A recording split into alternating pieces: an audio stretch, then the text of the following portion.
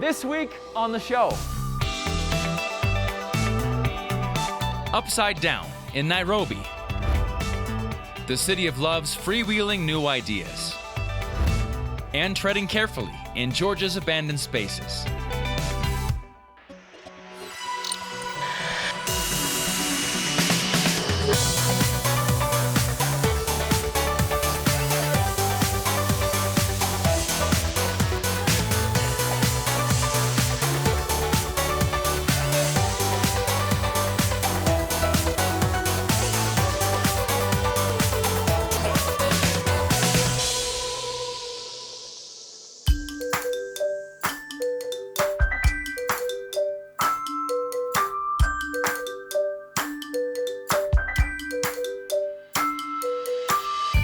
Kenya.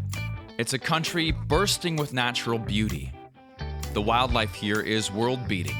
The bush is unspoiled and pristine. And the sunsets will take your breath away.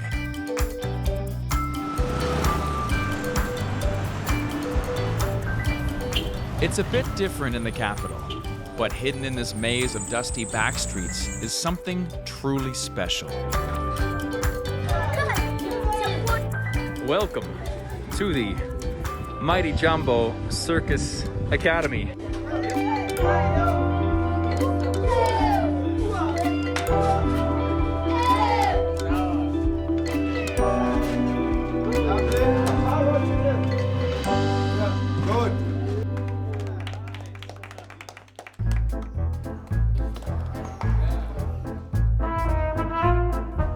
These are Kenya's best-known acrobats.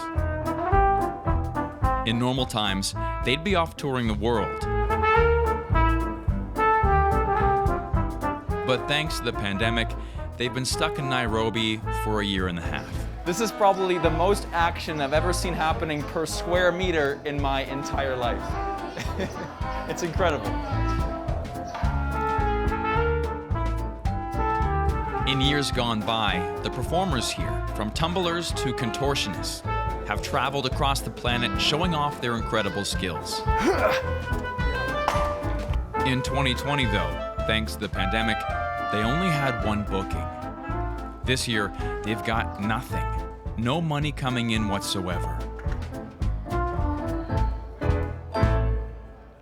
The first time when we heard that we were going to close down the school after the corona arrival, people were so much confused, not knowing when we'll come back. Yeah. The senior acrobats ventured into other businesses, but the young ones, the young generation, the ones who are starting, we had to keep on training, but not knowing when. Yeah, it must be frustrating. Yeah. And everything's just shut. Shut down. With the loss of the shows too, I bet that's a loss of income for the academy.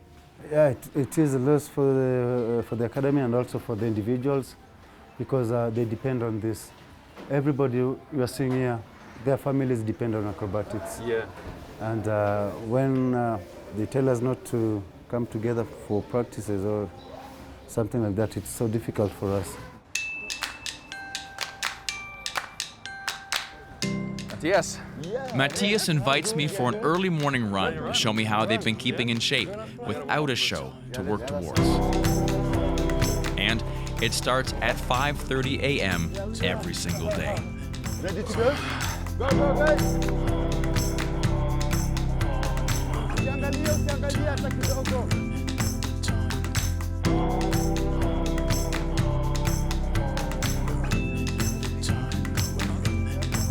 A whole country of good runners, yeah? Good runners, man. I'd rather be an acrobat. It must be frustrating for you. Really frustrating, not knowing when this thing will be over. Yeah. At the same time, there are so many restrictions, so that's been really confusing. Not knowing when we shall go back to normal life. Do you think it affects their motivation? It affects their motivation, but since people are really determined to make their life count, Yeah. they really come up and train even if there's no job. The problem is that they don't get any income from that. I wave the runners on their way, bouncing up the road, and thinking how much positive energy they're carrying with them. But if the disruption carries on for much longer, the biggest impact could be on their outreach work. Mighty Jumbo runs a number of programs to help kids in Nairobi, not least their Acro Education Service, which pays for children's schooling. It's a precious resource in a country that still has issues with high unemployment and with poverty. So why do you like coming to the school here? I like coming because it keeps me busy. When I'm at home, I just stay idle, loitering around. Do you think you're learning a lot here? Yes, I've learned to respect elders, to have discipline. I've learned to ride the unicycles. No rope necessary. That's amazing. Whoa! Any advice you can give me that you learned here? Yes, Like what? when you have confidence, don't just sit down. Do your talent. There it is. Hiya! Nice. Because from the time they have come here, I have seen a lot of difference. They are more disciplined than they were. They are more confident than they were, and they are willing to do better. I am very proud because by the time they are here, I know they are under care. Even when I go to job, I know they are in the safe place. So I am very proud of this place and the trainees.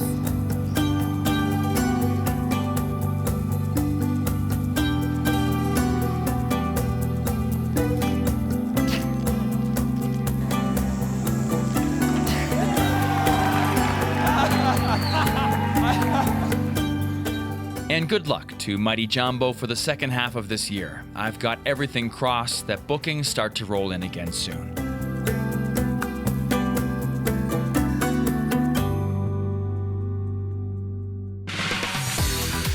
Okay, here's our pick of some of the best things to see and do around the world in the next few weeks. London's Chelsea Flower Show is happening in September this year for the first time in its history. The organizers claim it's the world's most prestigious horticultural event, and it's usually filled with the colors of spring and summer. The change in season was forced by the pandemic. It could mean a much more autumnal feel than usual. In recent years, Nuit Blanche, or White Night, has become an autumn fixture on the arts calendar of Paris. It's a citywide celebration of arts and culture that goes on from 7 p.m. till 7 a.m. on October 2nd. Public transport stays open all night to help you see as much as possible. This year, it's themed around the outdoors, for obvious reasons. Hundreds of museums across the U.S. throw open their doors for free on September 18th as the annual Smithsonian Magazine Museum Day returns. It's not only museums. Zoos and cultural centers across all 50 states are included as well. You need to sign up online, and crucially, only U.S. citizens can book tickets. And China's Mid-Autumn Festival begins on the 19th of September. It's got a history dating back 3,000 years, when the emperors worshipped the moon for bountiful harvests. Adherents believe the moon's at its brightest during the festival. A great place to see it is Beijing's Beihai Park. The crowds heading there like to take a moonlit cruise on the lake, with locally bought mooncake and with tea.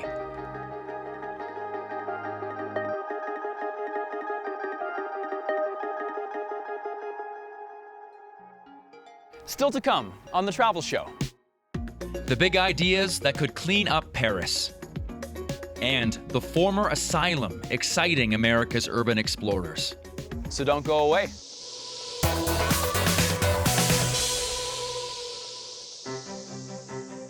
Our next port of call this week finds us in France, which has used lockdown to think again about how its people work, play, and travel in their capital city. It could all end in sweeping car bans, paving the way for more of the same across Europe, as Eleanor Voisard's been finding out. This is me, during my last year in New York. I'm French, and it seems ironic that after I left the US because of the pandemic, New York turned into a European city. Terraces, cafés, outdoor dining, just like in my hometown.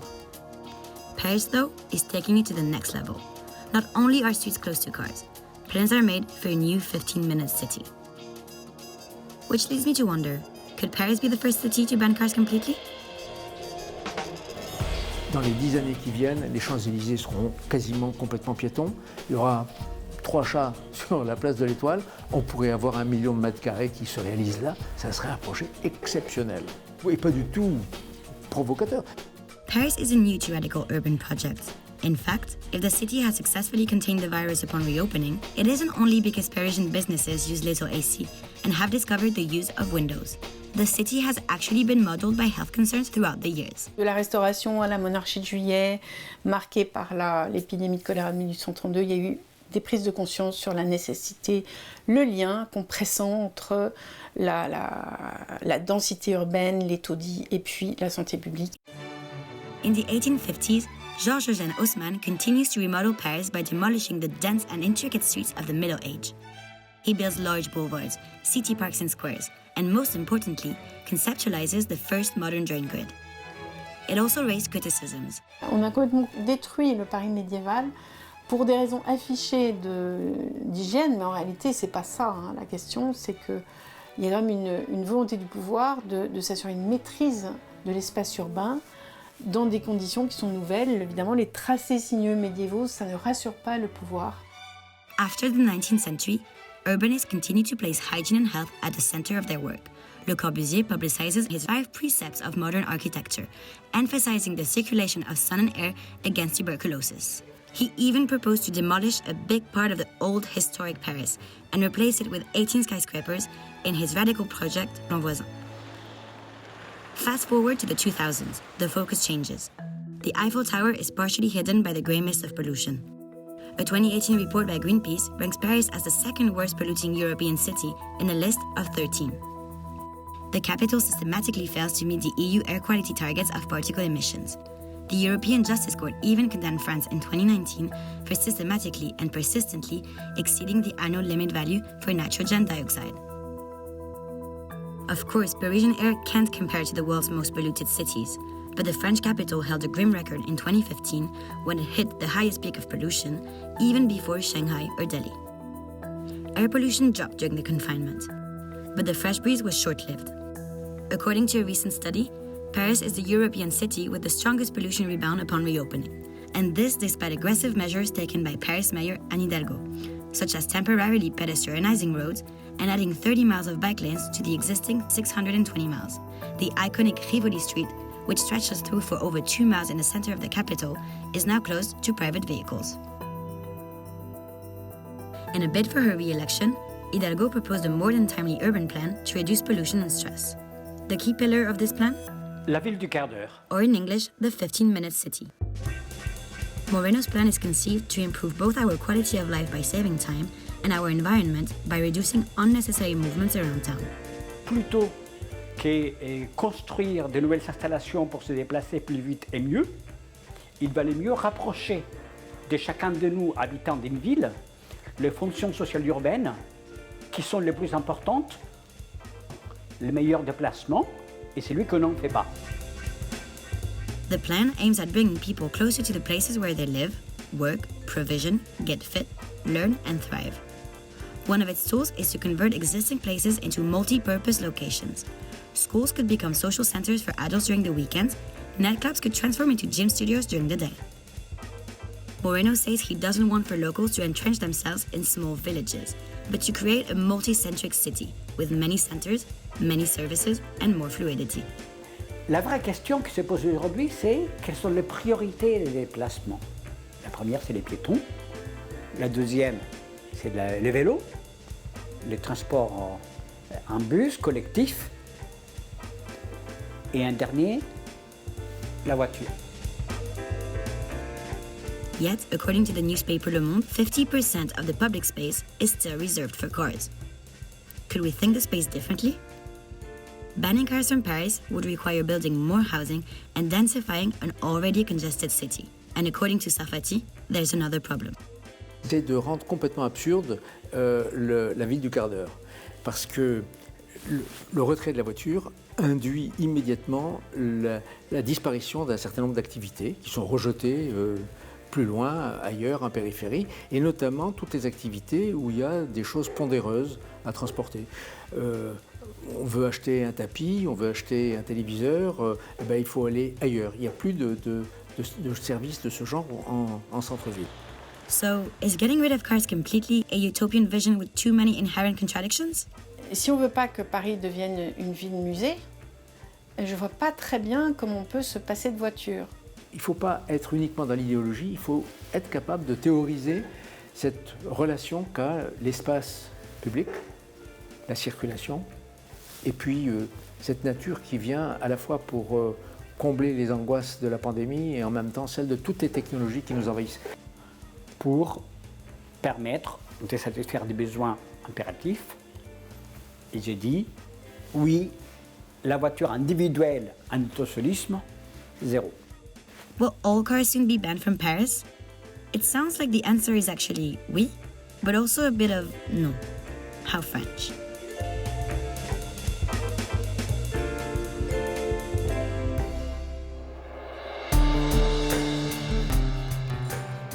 Next up, we're crossing to the US and the city of Milledgeville in Georgia, which used to be home to one of the biggest psychiatric hospitals in the world. In recent times, the half-abandoned site has become a honeypot for urban explorers. William Lee Roberts, who's from the state, has been to take a look. Sprawling, overbearing, and derelict, these 200 buildings once made up one of the largest and most notorious state-run psychiatric hospitals in the world. Based in Milledgeville, a small town less than 100 miles from Atlanta, the Central State Hospital's dark legacy is infamous with local residents. Founded in the 19th century as the Georgia State Lunatic, Idiot, and Epileptic Asylum, a lack of funding and a primitive approach to mental health led to brutal treatments and at times deteriorating conditions. It's strange, but when I was a little kid and I was misbehaving, my father would threaten me by saying, "I'm going to send you down to Milledgeville," and I would shut up. But to be here voluntarily all these years later, it feels a little wrong. A small section of the hospital is still in operation. There are still patients here at Central State Hospital, over 300 of them, and it's important to remember that this is still an active hospital. It's very disrespectful to them and to their treatment to try to come out here and either break into the buildings or quote unquote hunt for ghosts. Beyond the working hospital, most of the estate is now in disrepair. And in recent years, dark tourism has attracted an influx of urban explorers keen to record Milledgeville's sinister legacy. But structural damage and reports of decades-old asbestos mean that the interiors of most of the buildings are officially off-limits. Roofs have caved in, windows have been boarded up, and staircases have collapsed. But perhaps more powerful than the actual buildings are the thousands of graves of former patients, a chilling reminder that many people entered Milledgeville, but never left. So when you look at the stakes here, they all do have numbers on them. And it's sort of a misnomer that we don't know who they all are. But we do know who every person is who's buried here. The numbers were for privacy purposes. Many locals have relatives who either worked at the hospital or were admitted there. For some, not enough is being done to honor their memory. I feel sorry for my great-grandmother. She was in that building right there. If I can't relive and memorialize her and what she did here, at least you could memorialize where she stayed and the hospital that she spent her entire life in. Over the years, racism, sexism, and what's now viewed as a rudimentary, if not brutal, approach to treating patients with mental health issues meant that by the 1960s, the hospital's population had swollen to over 12,000 patients. So my great-grandfather sent his wife, Betty Stubbs, to Central State. And I'm of the opinion that she had postpartum syndrome and had to live here for almost 30 years, either pretending that she was not normal so that she could cope, or just living in a fog. 1899, 1904, these are the original trustee reports. 1950, there were 10,000 patients here. Sadly, a lack of staff and resources meant conditions declined rapidly, and the asylum became notorious for its mistreatment of those admitted. So these were lobotomy, Dr. Fisher's lobotomy picks. They went into the eye orbital socket of the eye and deadened the front part of the brain. But it was real brutal. It really, I think it hurt more than it helped. We've come a long way since then, and Carrie hopes a new museum will remind people how different our approach to mental health is today. With fields like psychiatry and psychology, as we learn more, we know more, we can do more. As we start to understand the brain chemistry and sort of the human anatomy, we can better help people and help them live successfully. So it's important to remember the history of where we came from and how we've continued to grow as a society and in the medical profession. Local authorities now run a tour for those curious about the hospital's dark past. Central State Hospital is Georgia's oldest and largest state psychiatric hospital. I think our tour fills a gap for local residents in Milledgeville because the hospital has been something that has been here for a long, long time. I find that people often have a sense in their own mind of what they think it was like, but when they come, it's an opportunity for them to really learn about the size, the scope, and the humanity involved in the hospital campus. Well, I think history is important because if you don't know where you came from, you're not going to know where you go in the future. And it's extremely important for the people who worked here, for the family members that were patients here, and for researchers in the future to know what went on here. The people I've met today have driven home the importance of remembering the patients who lived here and the thousands who died. Acknowledging them and what happened is uncomfortable, but to me, it feels like the right thing to do.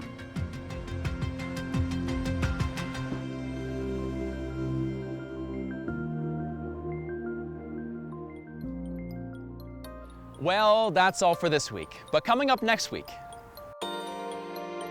we're in Argentina, exploring a haunting city submerged beneath a lake for 30 years that's now slowly re-emerging into the sunshine. imagine living in these houses and all of a sudden the water is slowly starting to creep up. 10 meters. This place is wild. And remember, you can join our adventures by following us on social media. We're on all the regular platforms. And we've got quite a library of inspirational content to inspire you when we can all travel again. For me, Mike Corey, and the rest of the Travel Show team here in Kenya, it's goodbye.